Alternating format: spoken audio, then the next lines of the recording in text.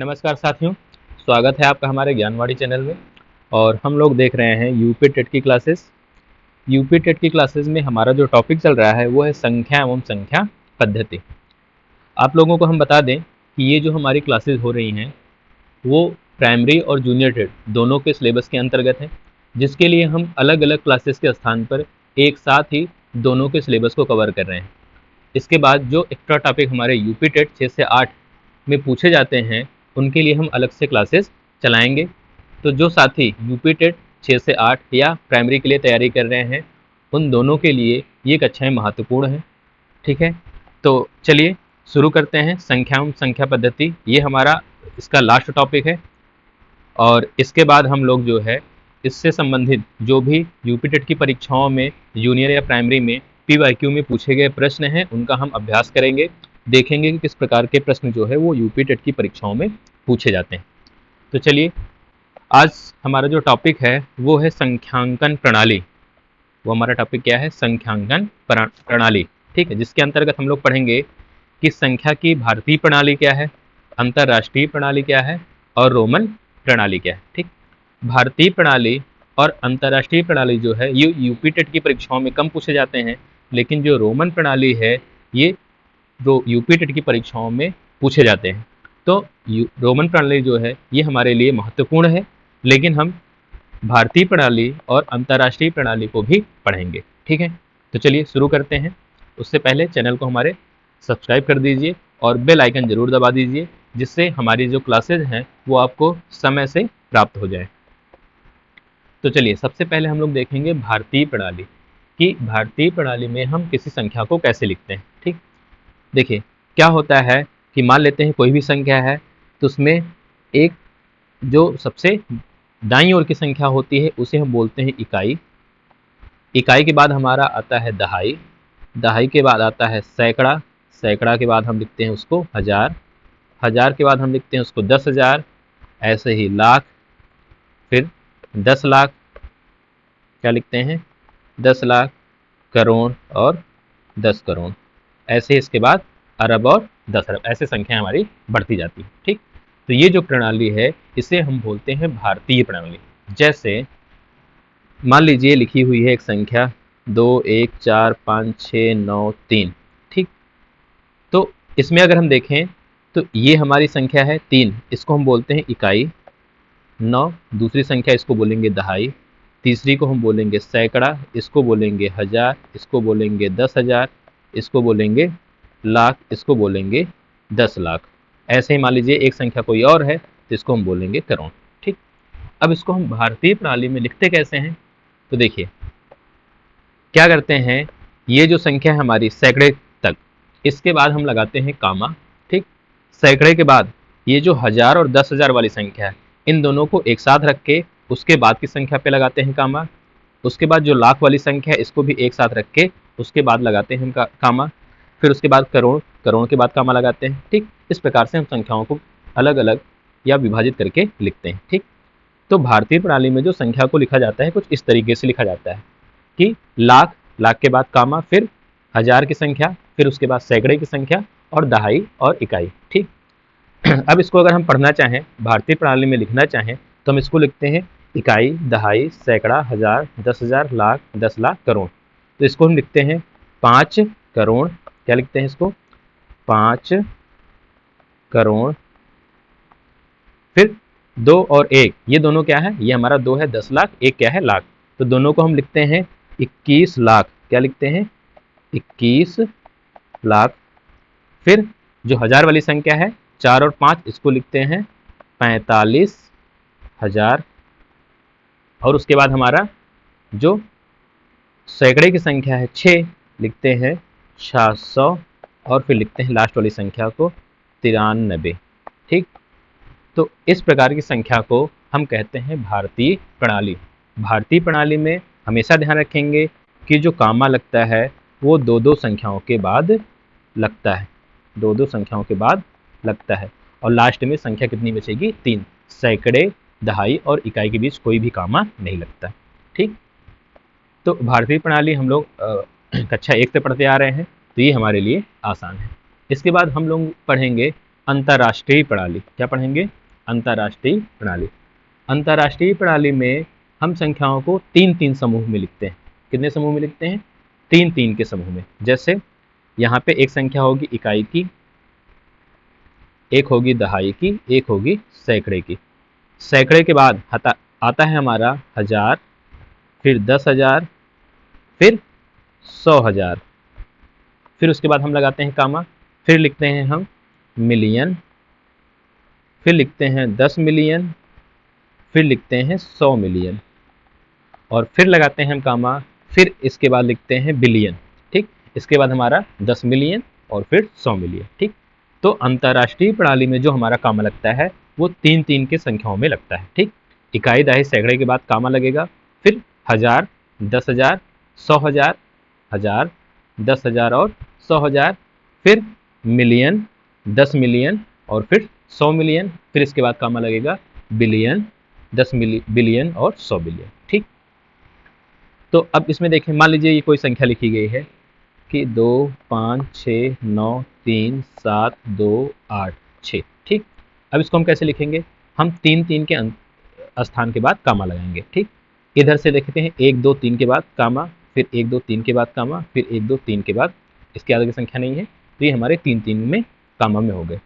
अब इसको अगर हम लिखना चाहें तो इसको हम लिखते हैं 256 मिलियन। क्या लिखते हैं?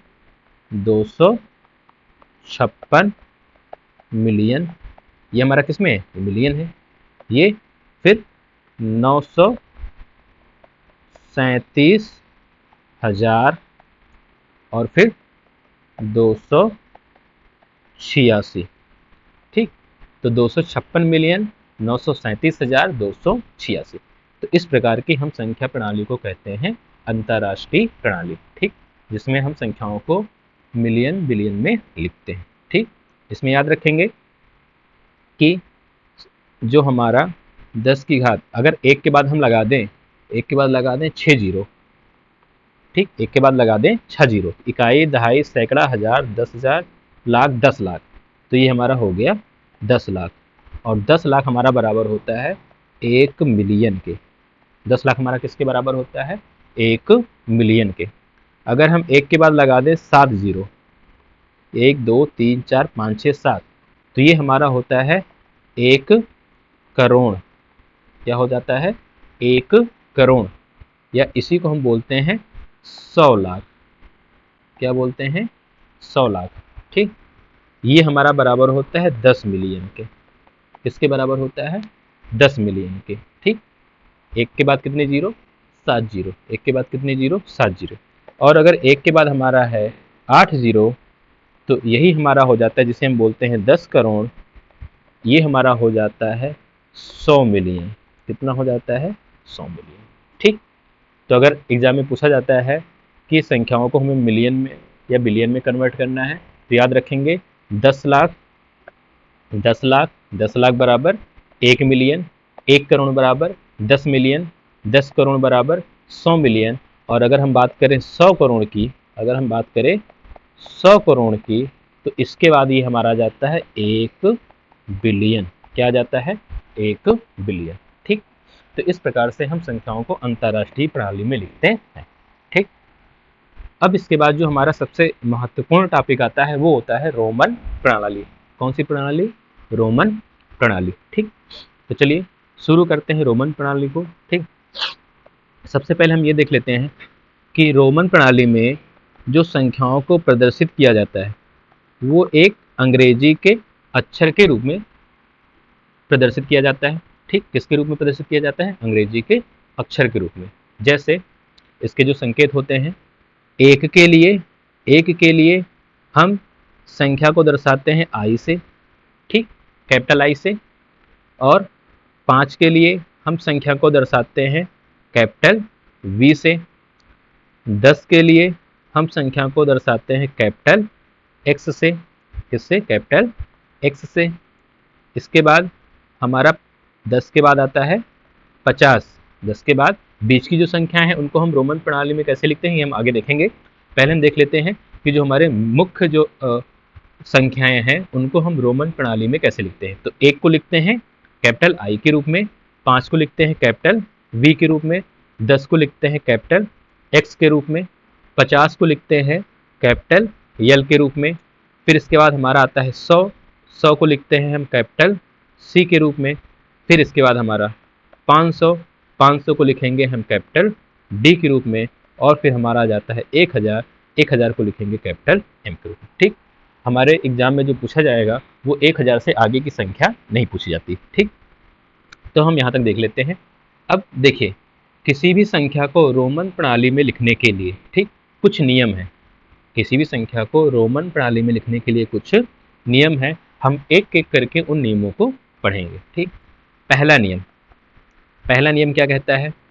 पहला नियम कहता है कि I, X, C और M, I, X, C और M। ठीक, ध्यान रखेंगे I, X, C और M। I क्या है? I को हम बोलते हैं 1, X को क्या बोलते हैं? X को बोलते हैं 10, C को क्या बोलते हैं? C को बोलते हैं 100, और M को क्या बोलते हैं? M को बोलते हैं 1000। मतलब 1, 10, 100 और 1000। इसको हम अधिकतम 3 बार ही लिख सकते हैं। अधिकतम कितनी बार लिख सकते हैं? 3 बार लिख सकते हैं। कितनी बार? 3 बार। जब भी हम संख्या को रोमन प्रणाली में लिखेंगे तो I, X, C और M को अधिकतम 3 बार ही लिख सकते हैं। ठीक, संख्या को कैसे लिखेंगे हम एग्जाम्पल के माध्यम से समझेंगे। जैसे मान लीजिए हमें लिखना है I को क्या लिखते हैं? 1 लिखते हैं। तो अगर मान लीजिए 3 बार I लिखा हुआ है, ठीक, तो ये हो गई 3। इसका मतलब क्या हुआ कि 1 + 1 + 1 कितने हो गए? 3। ठीक, मान लो हमारा जो है X लिखा हुआ है X, तो ये होता है 10। अगर 2 बार X लिखा हुआ है तो कितने हो गए? 10 और 10 मिला के 20। ठीक, 3 बार X लिखा हुआ है तो 10 और 10 और 10 मिला के कितने हो गए? 30।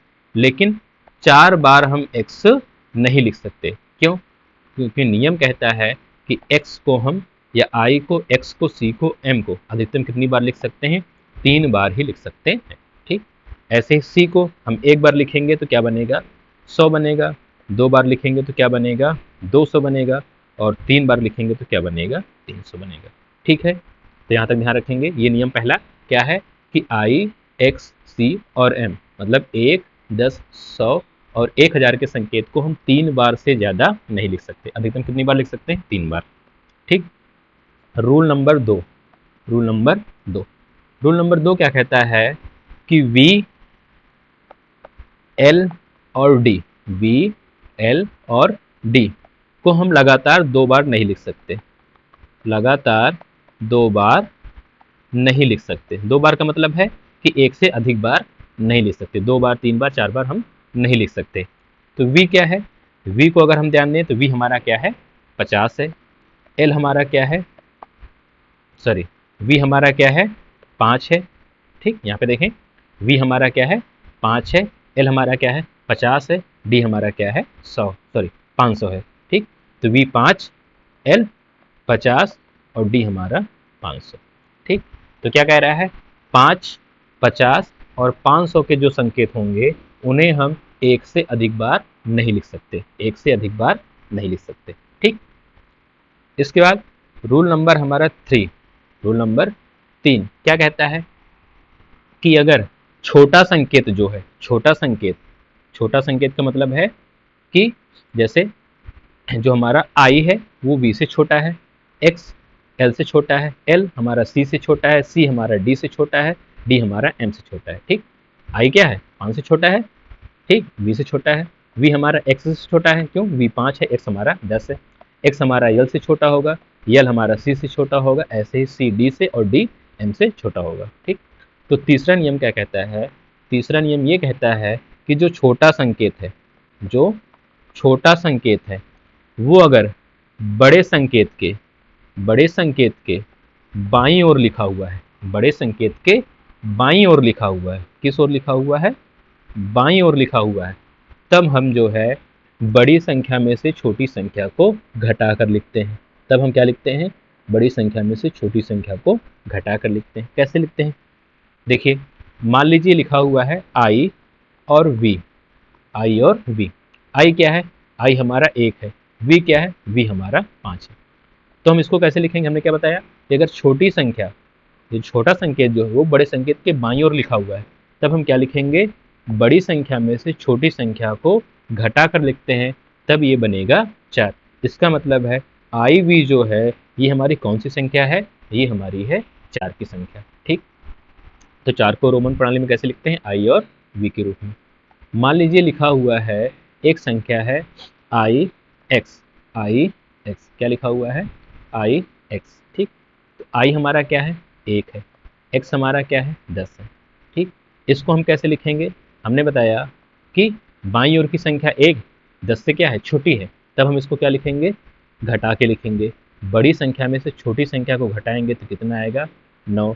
इसका मतलब है आई एक्स को हम रोमन प्रणाली में, या आई 9 को हम रोमन प्रणाली में क्या लिखते हैं, आई एक्स लिखते हैं। ठीक, तो आई एक्स हमारा किसके बराबर हो जाएगा, 9 के बराबर। ठीक, तो तीसरा नियम याद रखेंगे कि अगर छोटा संकेत बाईं ओर है तो उसे हम बड़े संकेत में से घटा देते हैं, बड़े संकेत में से घटा देते हैं। जैसे एक एग्जांपल और देख लेते हैं, मान लो लिखा हुआ है एक्स एल, तो एक्स एल, एक्स हमारा क्या है, एक्स हमारा है 10, एल हमारा क्या है, एल हमारा है 50।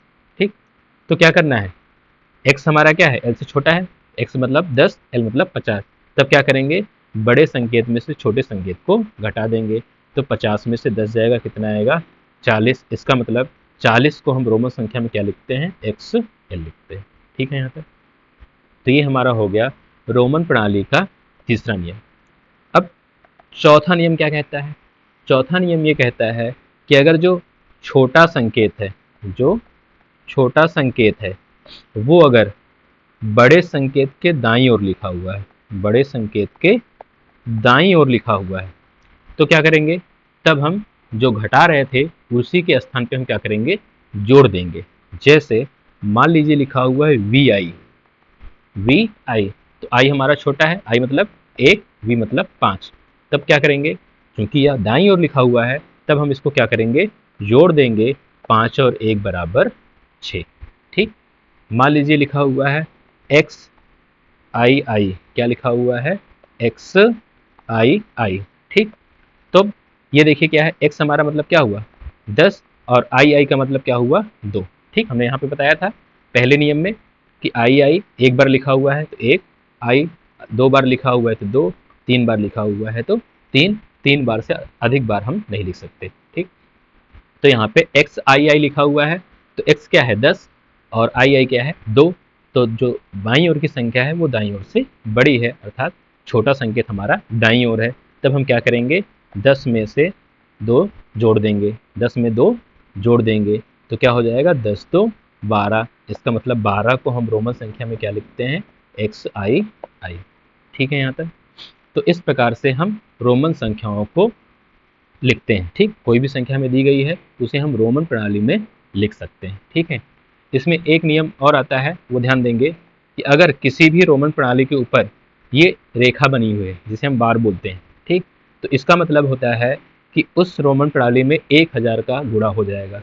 वी मतलब क्या होता है, वी मतलब हुआ 5, वी मतलब क्या हुआ 5, और अगर इसी के ऊपर लिखा हुआ है बार, ठीक, जैसे वी को हम क्या लिखते हैं, 5 लिखते हैं, लेकिन अगर इसी के ऊपर रेखा लगी हुई है, सीधी रेखा खींची गई है, तो इसका मतलब हुआ 5 में हम गुणा कर रहे हैं 1000 का, तब इसे हम बोलेंगे 5000, तब इसे हम क्या बोलेंगे, 5000। इसका मतलब अगर वी बार को हमें लिखना है संख्या में तो हम क्या लिखेंगे, 5000। ठीक, वैसे ये जो है टेट की एग्जाम में पूछा नहीं जाएगा, लेकिन फिर भी अगर पूछा जाता है तो हम इस प्रकार से इसको लिखेंगे। ठीक है, इसका एक अपवाद है, याद कर लेंगे। ठीक, इसका अपवाद याद कर लेंगे कि जिसे हम पांचवा नियम भी बोल सकते हैं, पांचवा नियम भी बोल सकते हैं कि आई को v और x से, ठीक, x को l और c से, और c को d और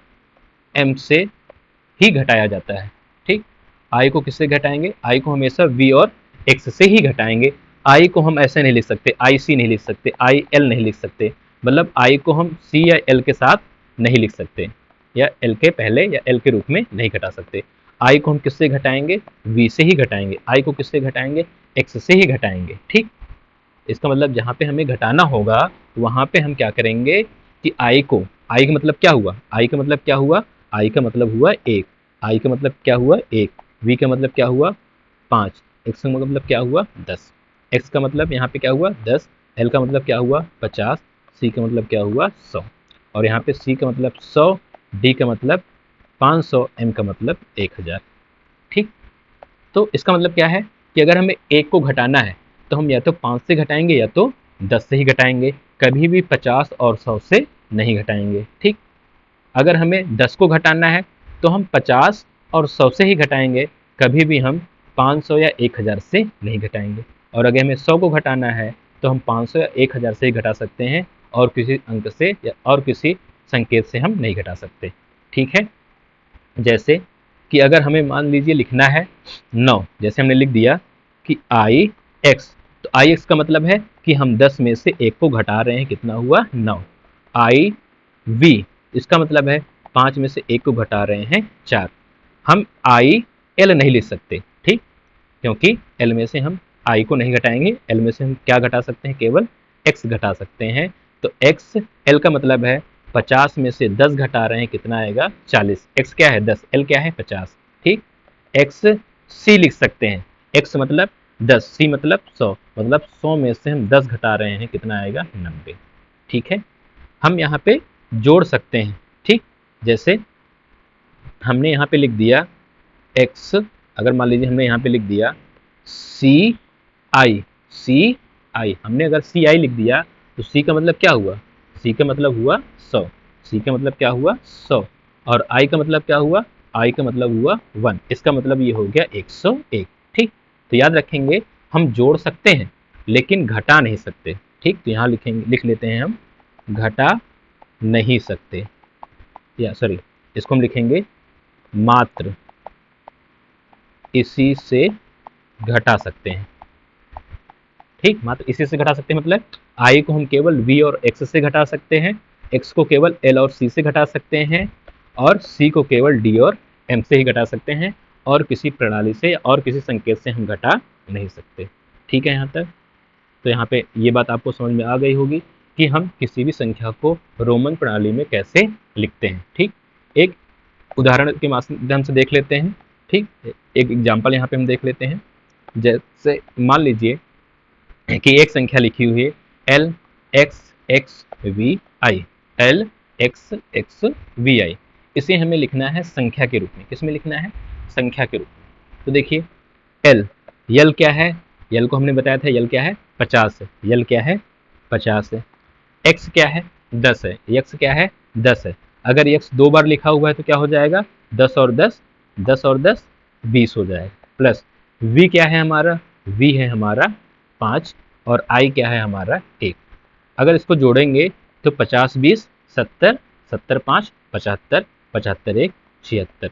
इसका मतलब है एल एक्स एक्स वी आई को हम संख्या के रूप में क्या लिखते हैं 76 लिखते हैं। क्या लिखते हैं 76 लिखते हैं। ठीक है, एक ऐसे ही बहुत ही आसान सा प्रश्न यूपी टेट 2011 में पूछा गया है, यूपी टेट 2011 में पूछा गया है कि 24 को हम रोमन प्रणाली में क्या लिखते हैं, 24 को हम रोमन प्रणाली में क्या लिखते हैं। ठीक, तो इसको हम रोमन प्रणाली में लिखना बहुत ही आसान है। कैसे लिखेंगे, हम 24 को लिख देते हैं 20 प्लस 4, क्या लिख देते हैं 20 प्लस 4। ठीक, अब 20 को अगर हमें लिखना हो तो हम कैसे लिखते हैं रोमन प्रणाली में, हमने बताया कि x बराबर 10, तो अगर 2 बार x लिखेंगे तो क्या हो जाएगा 20, इसका मतलब हम इसको लिखेंगे यक्स यक्स।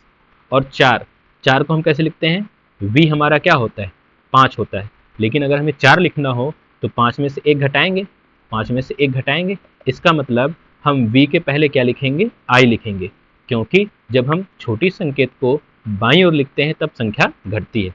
तो i और v को हम क्या लिखते हैं 4 लिखते हैं, तो यहाँ पे ये हो जाएगा i v। इसका मतलब 24 को हम जो लिखते हैं रोमन प्रणाली में वो लिखते हैं x x i v। ठीक है, उम्मीद है आपको रोमन प्रणाली, भारतीय प्रणाली और अंतरराष्ट्रीय प्रणाली समझ में आई होगी। ठीक, हम लोग यूपी टेट ज्ञानवाड़ी में देख रहे हैं प्राइमरी और जूनियर लेवल की मैथ की क्लासेस। ठीक, हमने जैसे कि आपको बताया कि ये क्लासेस जो हैं प्राइमरी और जूनियर दोनों के लिए ज़रूरी है। ठीक, जो एक्स्ट्रा टॉपिक हमारे जूनियर लेवल में है 6 से 8 वाले सिलेबस में है, उनकी जो है हम एक्स्ट्रा क्लासेस चलाएंगे। बाकी जो सिलेबस या जो टॉपिक हमारे दोनों के सिलेबस में है उनकी क्लासेस जो है एक साथ चलेंगी। ठीक है, तो अगले वीडियो में हम लोग देखेंगे कि संख्या एवं संख्या पद्धति से जो PYQ में प्रश्न पूछे गए हैं उसको एक एक करके हल करेंगे और समझने का प्रयास करेंगे। धन्यवाद।